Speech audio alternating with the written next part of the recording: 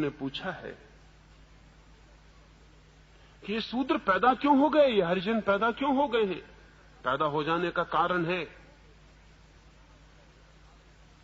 दुनिया में वर्ग सदा से हैं, क्लासेस सदा से हैं, लेकिन वर्ण हिंदुस्तान की अपनी ईजाद है। वर्ण दुनिया में कहीं भी नहीं।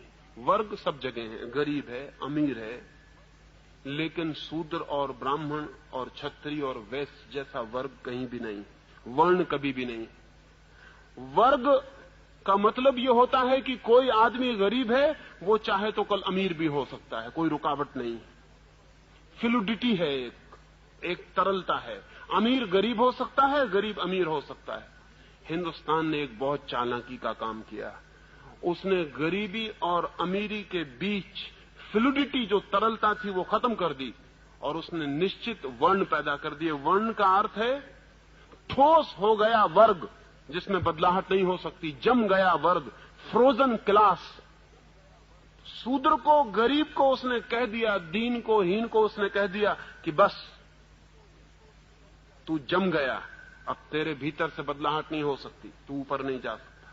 ऊपर की क्लासेस को इससे फायदा हुआ क्योंकि नीचे की क्लासेस का कंपटीशन, प्रतियोगिता खत्म हो गई। हिंदुस्तान ने एक तरकीब ईजाद की प्रतियोगिता खत्म करने की। करोड़ों शूद्रों से प्रतियोगिता खत्म हो गई। अब उनके बेटे ब्राह्मणों के बेटों से संघर्ष न कर सकेंगे ऋषि होने का। अब उनके बेटे वैश्यों के बेटों से धनपति होने का संघर्ष न कर सकेंगे। अब उनके बेटे बहादुरों की तरह लड़ न सकेंगे, क्षत्रियों से संघर्ष न कर सकेंगे। एक बड़े वर्ग को, नीचे के विराट वर्ग को हमने बिल्कुल जमा दिया और द्वार बंद कर दिए। अब तुम कहीं आ ना जा सकोगे। ऊपर के वर्गों को लाभ हुआ। फिर क्रमशः हम जमाते चले गए। शूद्र के बाद वैश्य को हमने जमा दिया और उससे कह दिया धन तेरी दुनिया है, इससे आगे तू नहीं बढ़ सकता। यश और ज्ञान तेरी दुनिया नहीं। क्षत्रिय को कह दिया कि यश तेरी दुनिया है लेकिन ज्ञान तेरी दुनिया नहीं। और सबके ऊपर वो जो ज्ञानवान है, वो जो पंडित है, वो जो ब्राह्मण है, वो बैठ गया। ये वर्ग जमा दिए, इससे प्रतियोगिता खत्म हो गई और समाज जड़ हो गया। हिंदुस्तान को वर्ण से जितनी मृत्यु मिली, जितनी जड़ता मिली, उतनी किसी और चीज से नहीं मिली। इसका फिर परिणाम अनंत रूपों से घातक हुआ। हिंदुस्तान पर हमला हुआ। हिंदुस्तान पर हमला हुआ तो शूद्र ने कहा हमें क्या मतलब है, शूद्र को क्या मतलब है, भंगी भंगी रहेगा, चाहे मुसलमान दिल्ली में बैठे कि हिंदू बैठे कि अंग्रेज बैठे, भंगी में क्या फर्क पड़ने वाला है, भंगी भंगी रहेगा। भंगी ने कहा हमारा भाग्य तो तय है, तो कोई भी राजा हो हमें क्या हानि है, हम तो अपने चलते चले जाएंगे, जो हम करते हैं करते चले जाएंगे।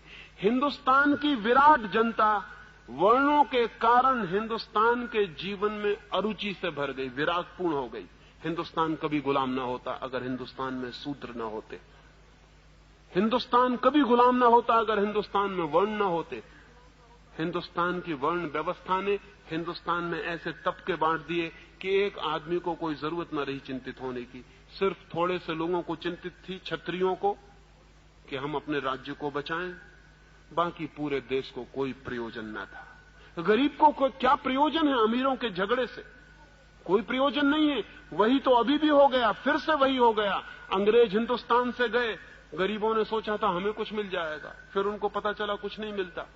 अंग्रेज पूंजीपति बदल जाता है, हिंदू पूंजीपति उसकी जगह बैठ जाता है। गरीब अपनी जगह है, वो वहीं के वहीं है, उससे कोई फर्क नहीं पड़ता है। अमीरों के झगड़े हैं, ऊपर के झगड़े हैं, नीचे के आदमी को क्या मतलब है। ये हिंदुस्तान के हजारों वर्ष के शूद्रों की वर्ण व्यवस्था की टूट ने ऐसी स्थिति जमा दी कि हिंदुस्तान में कोई सामाजिक धारणा, कोई राष्ट्र, कोई नेशन, कोई भी पैदा नहीं हो सका।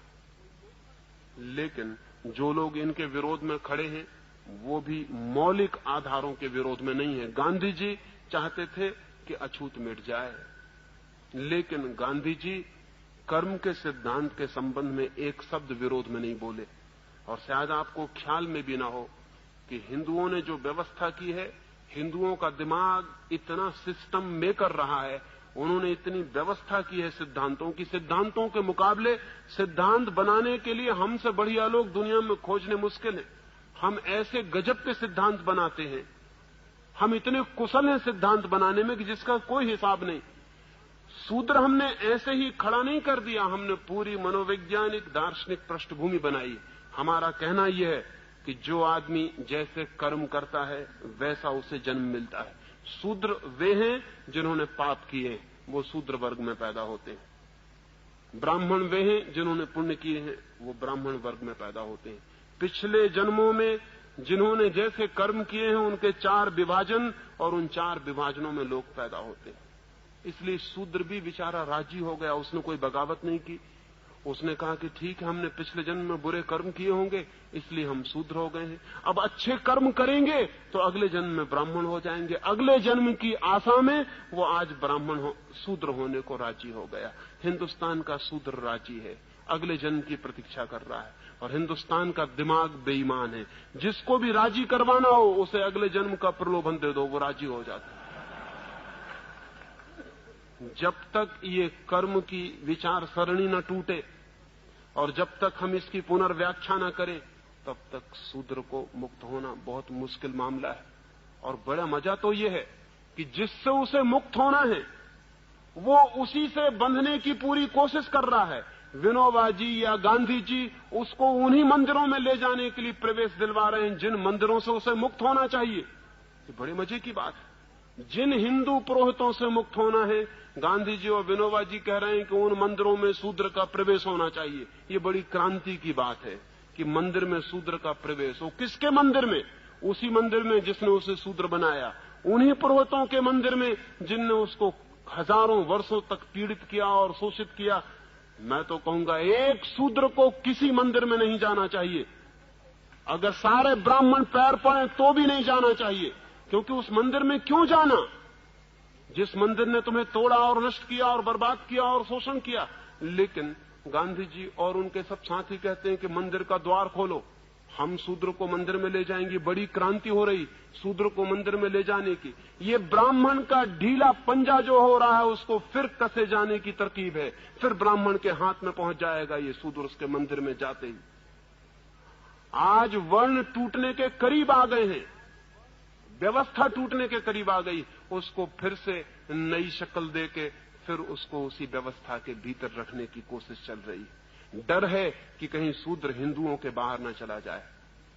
लेकिन शूद्र को हिंदू के भीतर रहने की जरूरत क्या है?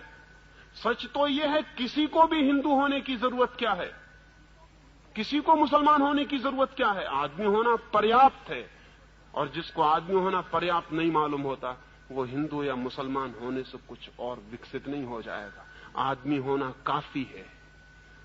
हिंदुस्तान में एक क्रांति की जरूरत है कि शूद्र तो कह ही दें कि अब हम हिंदू नहीं हैं, लेकिन बहुत से वे लोग जो शूद्र नहीं हैं और बुद्धिमान हैं वे भी कह दें कि हम हिंदू नहीं हैं। और बहुत से वे लोग जो बुद्धिमान हैं कह दें कि हम मुसलमान नहीं हैं। बहुत से वे लोग जो बुद्धिमान हैं कह दें कि हम जैन और ईसाई नहीं हैं, हम आदमी हैं। और अगर हमें खोज लगनी है सत्य की, अगर हमें प्रभु को खोजना है तो हम खोजेंगे, लेकिन हिंदू के मंदिर में नहीं, मुसलमान के मंदिर में नहीं। इतनी बड़ी दुनिया उसका मंदिर है, हम यहीं खोजेंगे। हम क्यों किसी मंदिर की बंद दीवारों के भीतर जाएं? इतना विराट मंदिर है उसका, हम इसका दर्शन यहीं करेंगे।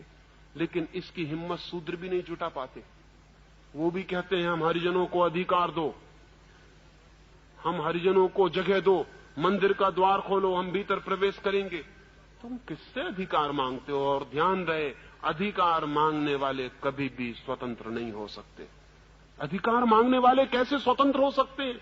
जिनसे अधिकार मिलेंगे वे उनके परतंत्र बने ही रहेंगे। और जिन्होंने हजारों वर्षों तक दिमागी सांचे बना के आदमी को कसा है, वो इतने होशियार हैं कि वो नए सांचे बना लेंगे और फिर कस लेंगे। नहीं, सब जाल तोड़ के बाहर आने की जरूरत है। किसी हिंदू मंदिर में किसी शूद्र को जाने की जरूरत नहीं, और किसी शूद्र को अपने को हरिजन कहने की जरूरत नहीं। आदमी कहना काफी। तो मुझसे मत पूछें कि मैं हरिजन के घर में क्यों नहीं ठहरता। मैं घर में ठहरता हूं, हरिजन और गैर हरिजन से मुझे कोई मतलब नहीं। आप आ जाएं, मुझसे कहें कि चले मेरे घर, वहां मैं ठहर जाऊंगा। लेकिन अगर जरा भी आपको भ्रम हो और आप प्रचार करें कि हरिजन के घर में ठहरा हूं, तो ऐसे पागलपन में मैं नहीं जाने को राजी होऊंगा। ये पागल घर है। आदमी का घर होता है मैं मेहमान बन सकता हूं आदमी का, हरिजन वगैरह से मुझे कोई मतलब नहीं है। 1000 कारण हो सकते हैं, लेकिन एक ही कारण काफी है।